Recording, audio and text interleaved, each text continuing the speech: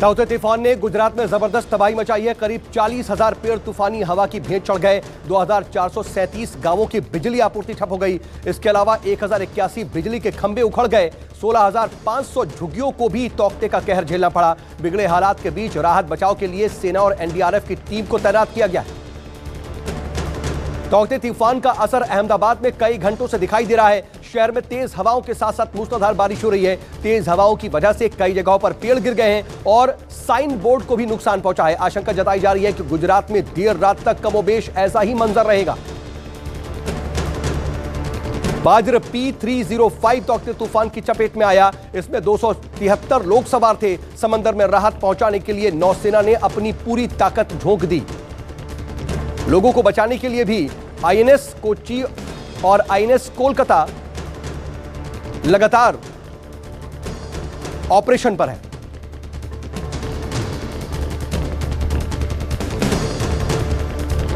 चक्रवात की वजह से मुंबई में भी हाई अलर्ट है और इसके बाद समुद्र में रेस्क्यू ऑपरेशन तेज कर दिया गया है। मौके पर नौसेना ने 3 युद्धपोत और हेलीकॉप्टर को लगाया है। साथ ही कोस्ट गार्ड के भी जहाज को लगाया गया है। इसकी भी मदद ली जा रही है।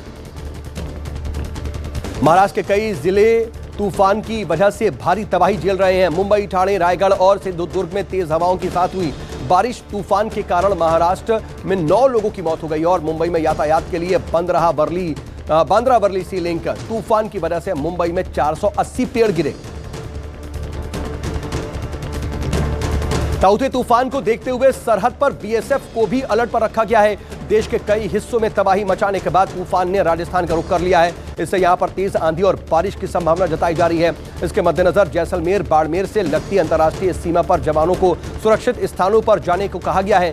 साथ ही ऐसे हालात में पाकिस्तान की हरकत पर भी नजर बनाए रखने की बात कही गई है।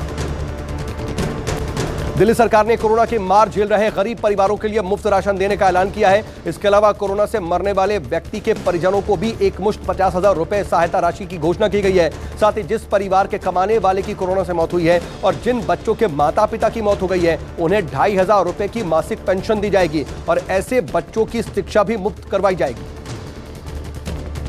दिल्ली में पिछले 24 घंटे में कोरोना के गिरते आंकड़ों ने राहत दी है। दिल्ली में 4,482 नए मामले सामने आए हैं, जबकि 265 लोगों की कोरोना से मौत हुई है। पॉजिटिविटी रेट की बात करें तो यह घट करके 6.89% रह गई है, जबकि पिछले 24 घंटे में 65,004 लोगों के टेस्ट किए गए। देश में धीमी पड़ रही है कोरोना की रफ्तार। पिछले 24 घंटे में 2,63,533 नए मामले सामने आए। पिछले 24 घंटे में रिकॉर्ड तोड़ 4,329 मरीजों की मौत हुई। रिकवरी रेट 85% से ज्यादा। एक्टिव केस बढ़कर के करीब 15% हुए। कोरोना से मृत्यु दर 1.16%। ब्लैक फंगस के सामने आ रहे मामलों पर हरियाणा के स्वास्थ्य मंत्री अनिल विज ने कहा कि तमाम मेडिकल कॉलेजों में 20-20 बेड के वार्ड तैयार कर दिए गए हैं। साथ ही तमाम सीएमओ के इससे जुड़े हुए दिशा निर्देश दिए गए हैं। राज्य में अब तक 115 ब्लैक फंगस के मामले सामने आए। पीएम मोदी ने कोरोना प्रभावित राज्यों के डीएम से सीधा संवाद किया। पीएम ने कहा कि अपने अपने जिलों को कोरोना से मुक्त कराने का संकल्प लें। पीएम ने कहा कि डीएम कोरोना में लड़ाई के कमांडर हैं। हमारी लड़ाई एक एक जीवन को बचाने की है। पीएम ने कहा कि जिला जीता तो देश की जीत होगी। कालाबाजारी पर कड़ी कार्रवाई की भी बात कही। निजी अस्पतालों द्वारा ओवर चार्जिंग की शिकायत के बाद सीएम योगी ने संज्ञान लिया। सीएम ने ऐसे मामलों पर नजर बनाए रखने के आदेश देते हुए इनके खिलाफ ठोस कार्रवाई का निर्देश दिया है। साथ ही कालाबाजारी करने वाले मेडिकल स्टाफ के प्रोफेशनल डिग्री को रद्द करने का भी आदेश दिया गया है। जीवन रक्षक दवा की कालाबाजारी पर एनएसए के तहत कार्रवाई की जाएगी।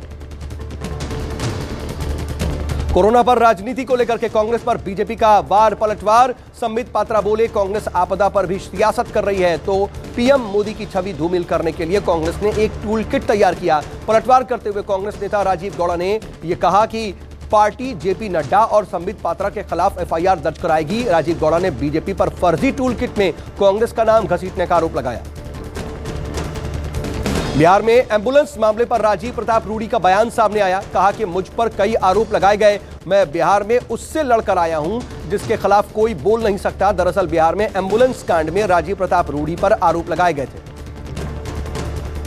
मध्य प्रदेश के गांवों में बढ़ रहे कोरोना संक्रमण का खौफ को देखते हुए डर लग रहा है।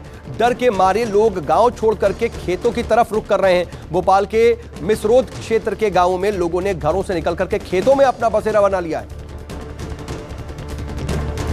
कोरोना काल में रिलायंस की तरफ से एक नेक पहल की गई है। रिलायंस ने कोविड सर्विस में लगे एम्बुलेंस को मुफ्त तेल देने की घोषणा की है। रिलायंस बीपी मोबिलिटी लिमिटेड की तरफ से यह सेवा देश के सभी रिलायंस पेट्रोल पंप पर शुरू कर दी गई है।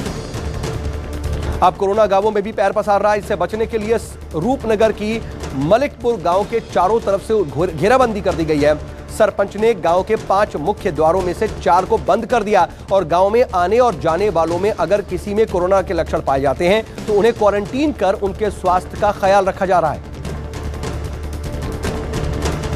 यूपी के मुरादाबाद में 2 तेंदुए के कहर से लोग दहशत में हैं। तेंदुए के हमले से 9 लोग बुरी तरह से जख्मी हो चुके हैं। इनमें 4 की हालत बेहद गंभीर बनी हुई है। खबर मिलने के बाद वन विभाग की टीम तेंदुए के संभावित ठिकानों को तलाश कर रही है।